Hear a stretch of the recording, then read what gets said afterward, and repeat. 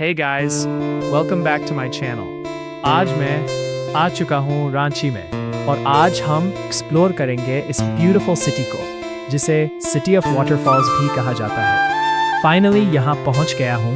Weather already काफ़ी मस्त लग रहा है। चलो देखते हैं रांची में क्या क्या एक्सप्लोर कर सकते हैं। सबसे पहले तो मैं आपको रांची सिटी के बारे में कुछ बताना है। रांची झारखंड राज्य की राजधानी है और इसे झारखंड का दिल भी कहा जाता है। ये शहर अपनी प्राकृतिक सुंदरता, ठंडे मौसम और हरे भरे वातावरण के लिए प्रसिद्ध है। रांची को सिटी ऑफ वाटरफॉल्स यानी झरनों का शहर भी कहा जाता है क्योंकि यहाँ कई खूबसूरत जलप्रपात हैं जैसे हंड्रू फॉल्स, डैसम फॉल्स और जौनहा फॉल्स। ये जगहें पर्यटकों को बहुत आकर्षित करती हैं। ये शहर समुद्र तल से लगभग 600 मीटर की ऊंचाई पर स्थित है, जिससे यहाँ का मौसम साल भर सुहावना रहता है। गर्मियों में भी यहाँ ज्यादा गर्मी महसूस नहीं होती। रांची सांस्कृतिक रूप से भी समृद्ध है।